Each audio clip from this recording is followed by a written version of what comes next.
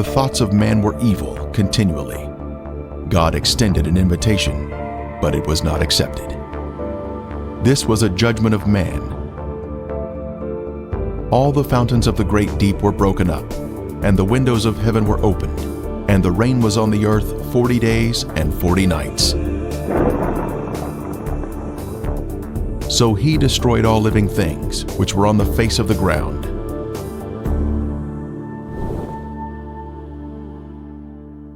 God had saved his people through the flood, but they would spend almost 1 year in the ark, waiting for the floodwaters to recede and new life to begin.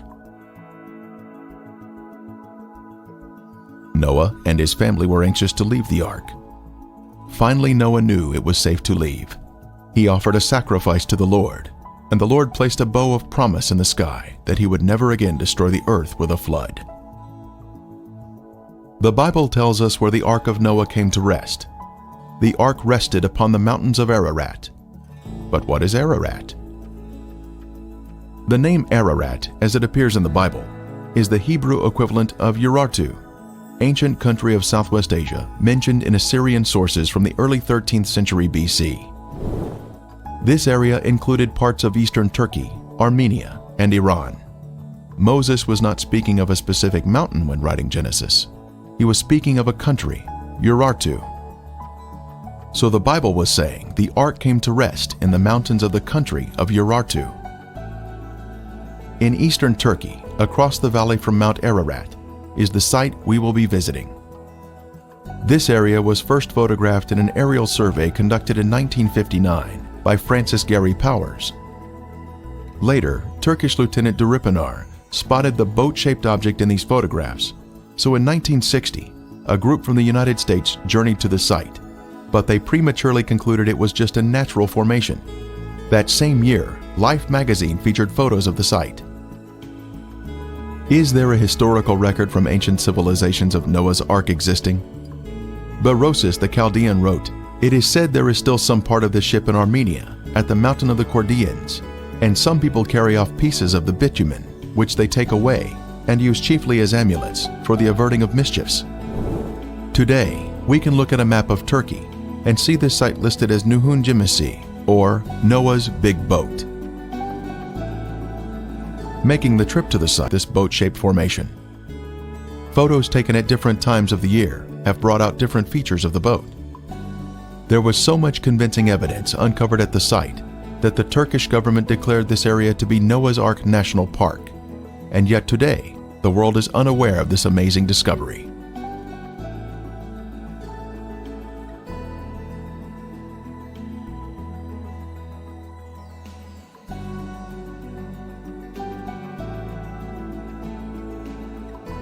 Using Google Earth, we can zoom in on the site with satellite imagery to see the Ark, and also the visitor center that was constructed by the Turkish government.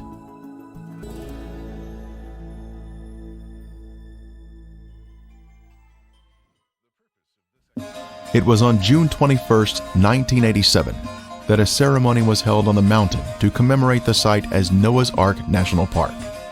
Dignitaries from around the country assembled to break bread and celebrate this wonderful find.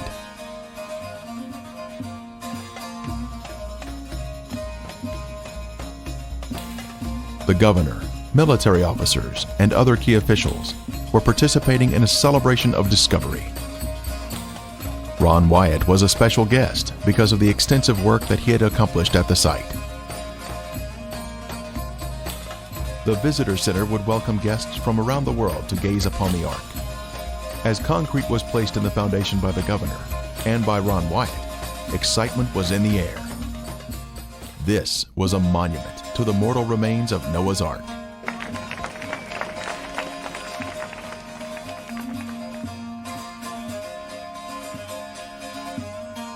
Noah's Ark was found.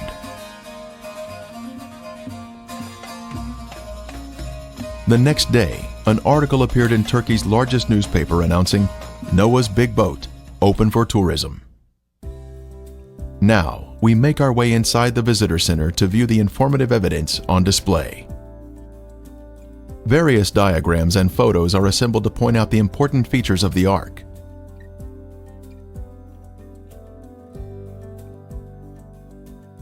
Specimens from the Ark are also on display, including petrified wood and sea fossils from the area, which indicate this mountain is water-laid rock.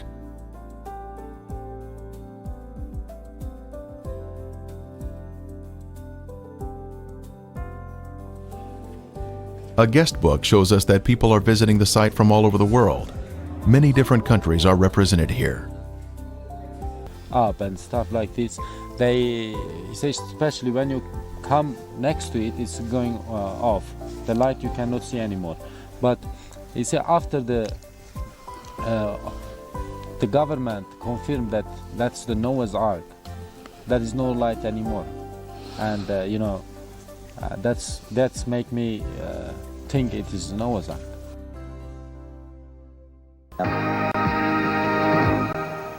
Do you believe Noah's Ark actually existed? Could the legend that sounds like a fairy tale really become proven fact? Well, the search has been going on since biblical times. And in a moment, you're going to meet some people who are positive they have found the Ark. Now, we know such claims have been made before. But a few months ago, these people came to 2020 with some new and intriguing scientific findings. We followed them to the mountains of eastern Turkey. And what you'll see is a bizarre adventure with a host of unlikely characters. Tom Gerald's story takes many twists and turns. That's the seductive beauty that brings them here, snow-capped Mount Ararat.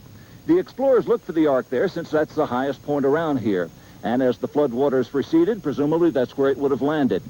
But the Bible describes the mountains of Ararat, mountains plural.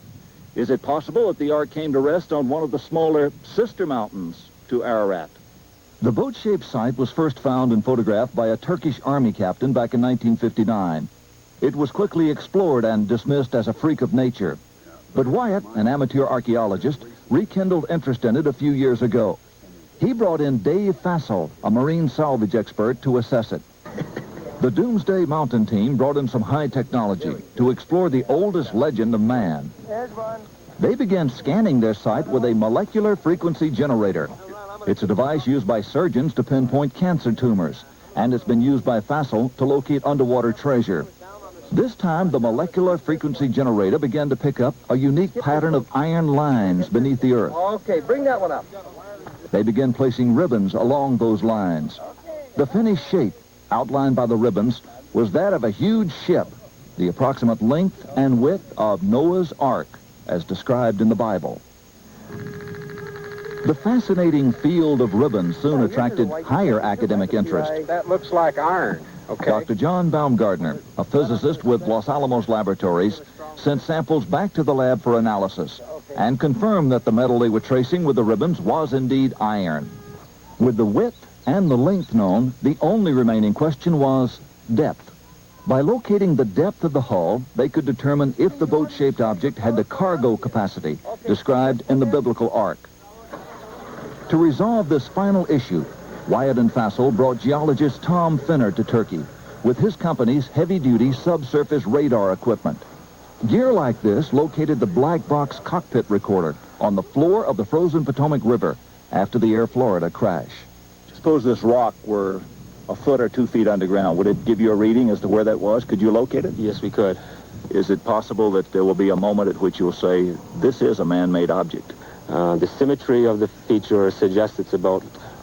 I hope to prove that the underground structure is in fact that of a boat. It was here, several miles short of the boat-shaped site, that a waiting game began for Finner and the others. The party needed a final go-ahead from the Turkish government to complete their probe of Doomsday Mountain. Yeah. Anyway, we're going to hang in like smell on a skunk till there's nothing left to get this done. Hanging like the smell on a skunk. The Turkish government stopped the exploration. What now? Since we were there, Barbara, things have cooled down, and they've sent their own team of scientists in to take a look at this site. It's a very fascinating location. Ground-penetrating radar was used on the formation to see what is inside. The reflections created a picture of timbers underground. This diagram shows us some of the main structural elements of the Ark, including parallel and repeated patterns, indicating a man-made site. Indeed, there is something beneath that rock besides rock. A radar device developed by Geophysical Survey Systems in Hudson was used on the mountain. The device, called SIR, is used by energy exploration companies to analyze what's below the Earth's surface. According to SIR, something man-made is under Mount Eridog. This data does not represent natural geology. It's a man-made structure. These reflections are occurring very periodic, too periodic to be random natural type interface. Compared to an aircraft carrier 1,000 feet long, we can see the Ark is quite large.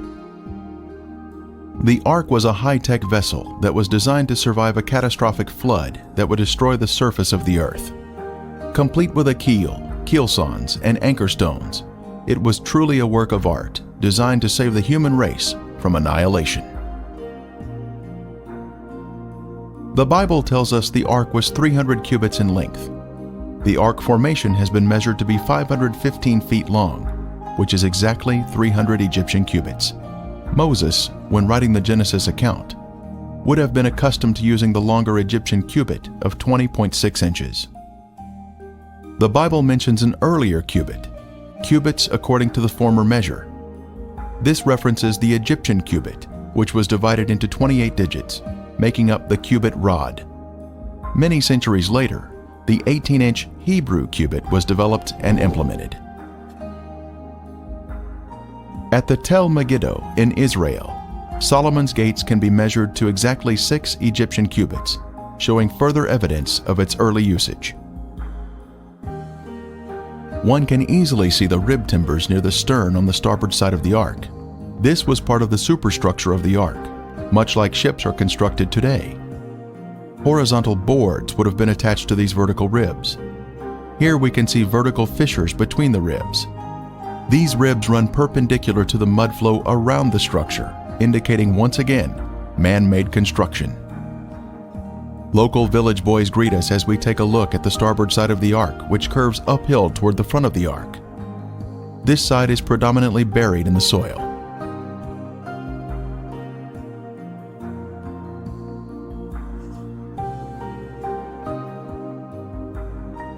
The outside of the bow, or front, is just before us, and then we scan down the starboard side to see the top of the rib timbers.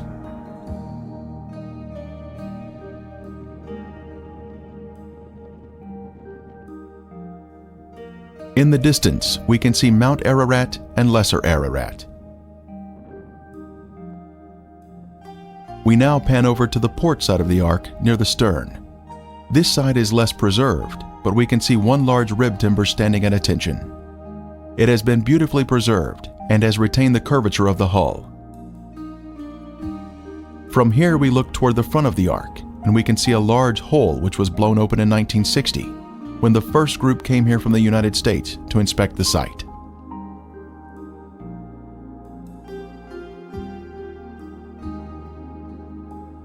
We are now standing on the middle deck of the Ark, and now pan over to the interior of the port side, where we can see 4 horizontal protrusions in a row.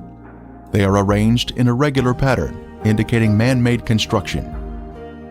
These would have been horizontal deck support timbers, extending toward the middle of the deck. At the stern, we can see the symmetrical shape of the boat, including the center mound, where the decks have collapsed one on top of another. Continuing to inspect the stern, we can see 5 objects in a row along the inside port area of the deck. These have been measured at regular intervals and appear to be vertical posts that would have supported the deck.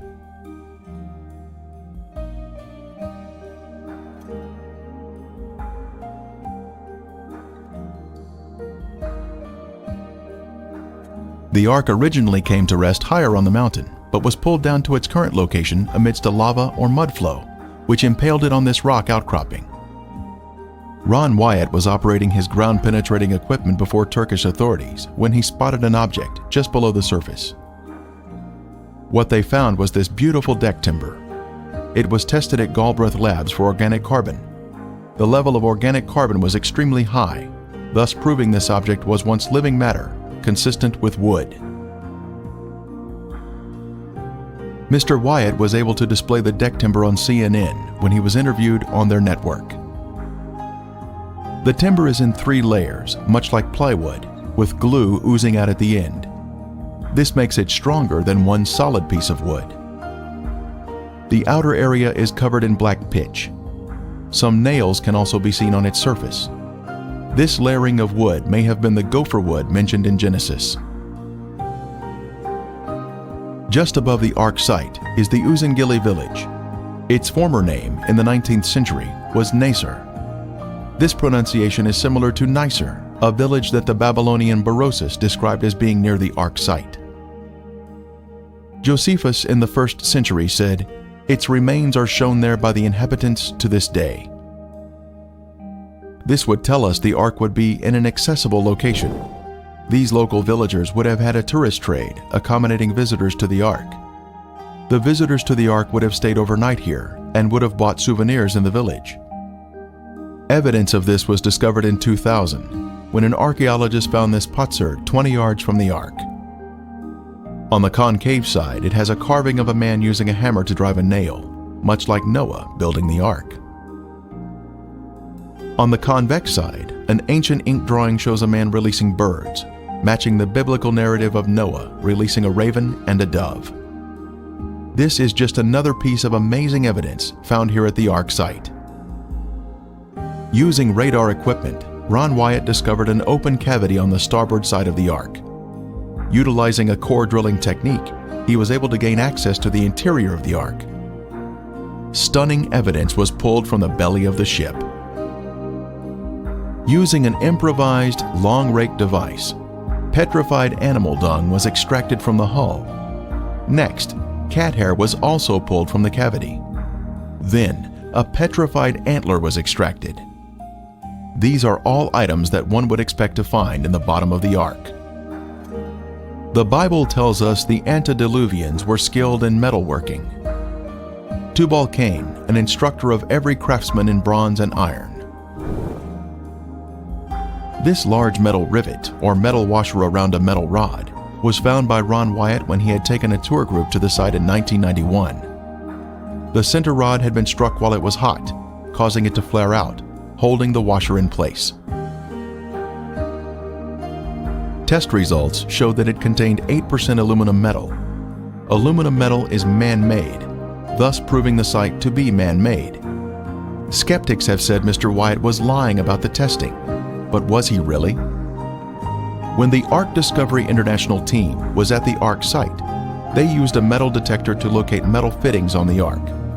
This is a crescent-shaped piece of metal that had been a circular washer in its better days and was found near the bow on the port side. A portion of it tested at Galbraith Labs in Tennessee, and the results were stunning. It was 8% aluminum metal, just as Ron Wyatt's test had revealed. The test additionally showed a small amount of titanium metal that is also man-made. The Ark Discovery team continued its analysis at the site and located another fitting on the starboard side. A portion of it was sent to Galbraith Labs for testing, and again, there were incredible results.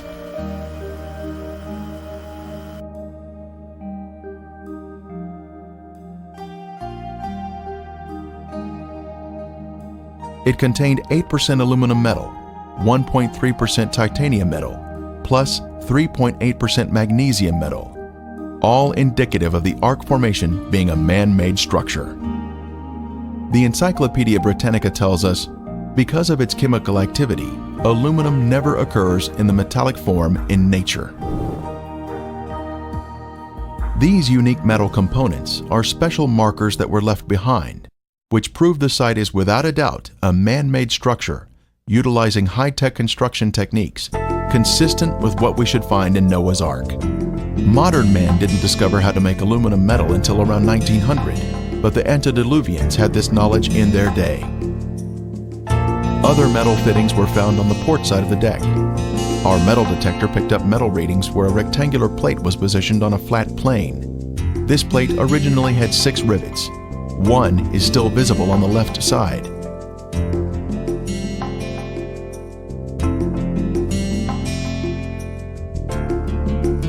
Other metal fittings can be seen around the Ark in various locations. the metal fittings have different colors from the surrounding material, making it easier to locate them at the site. On the outer portion of the ark, at a higher level, we were able to see this object that appears to be a metal cap on top of a vertical post.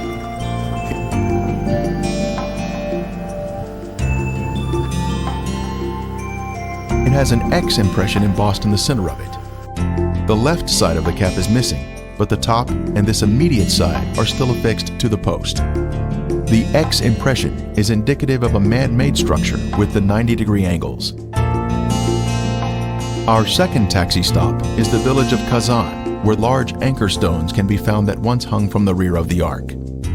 Just down the valley from Noah's Ark, we come to the village of Kazan, where portions of the ark's directional system were released, thus allowing the ark to float more freely.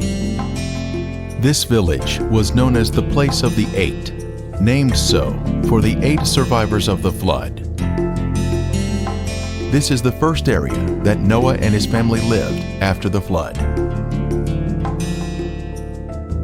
The large anchor stones were hung from the rear of the ark to keep the rear facing oncoming waves. It created a type of resistance in the water, allowing the rounded rear of the ark to fend off powerful waves that would critically damage the ark if struck broadside. This is our first anchor stone. Measuring 11 feet in height, with 4 feet embedded in the ground, it is actually the largest and most beautiful anchor stone found to date.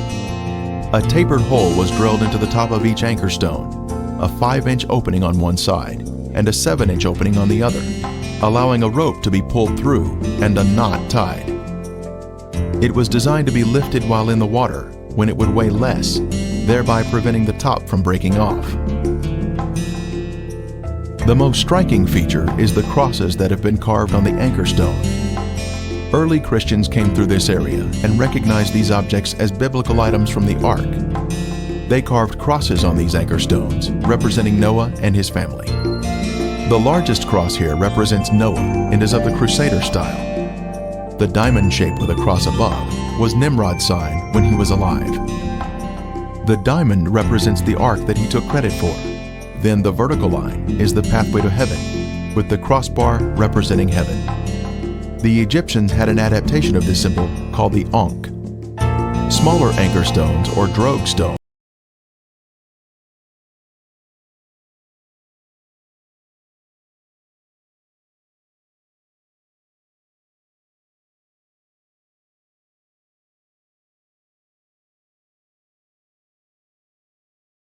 can be found near the Mediterranean. This is one of the largest you will ever see outside the Noah's Ark area. The next anchor stone is partially buried in the ground with 5 crosses. The largest cross represents Noah, the next smallest, Mrs. Noah. Then the 3 smallest are the sons of Noah. At the bottom is a possible image of the Tower of Babel, which was built around 200 years after the flood by Nimrod and his rebellious followers. This particular stone has 7 crosses, with the 8th having been removed at some point in time.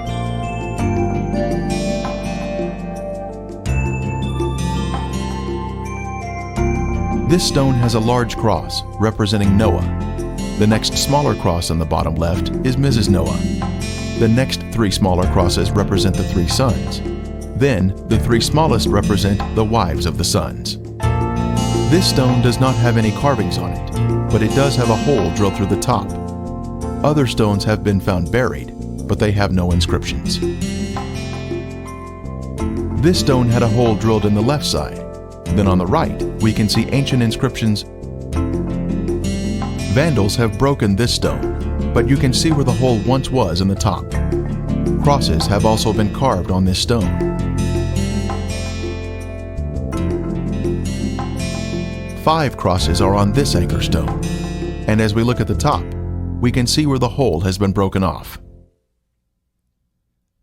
Outside the village of Kazan is a large object that has the appearance of petrified tree bark and with unusual characteristics. As far as we know, there's nothing else like this anywhere. Nobody's ever... My goodness. It's got crosses that are very faintly carved on it. You got a big one here. You got a small one right there. One here. One here. they're harder to see every year. And this is petrified wood? Well, It looks like it, Ron doesn't said he thought it was petrified Bark. tree bark. it? Right. If you look at the, you ever see, it looks like a little bit like pine bark. It sounds like metal. Yeah, why would the anchor stone be wood? Would This it isn't be an rock? anchor stone. Oh, I see. This was just like something that was on the ark, right? I believe. Well, Ron theorized that this might have been the or part of the cover. You remember at one point it says, and Noah came out of the ark and he took the cover off, or he threw the cover off. And of course that's just speculation. We don't have a way of knowing, but this is a rather unique thing. It has the appearance and the texture of some kind of a bark, but you know, it is stone. That is the cross. Right? That is the cross. There you go. That is incredible. It has a very hollow sound. Very hollow. It sounds like metal. But it's just a Well, it's just that's its harmonic ring. right. Yeah. Harmonic resonance. You're right. Yeah.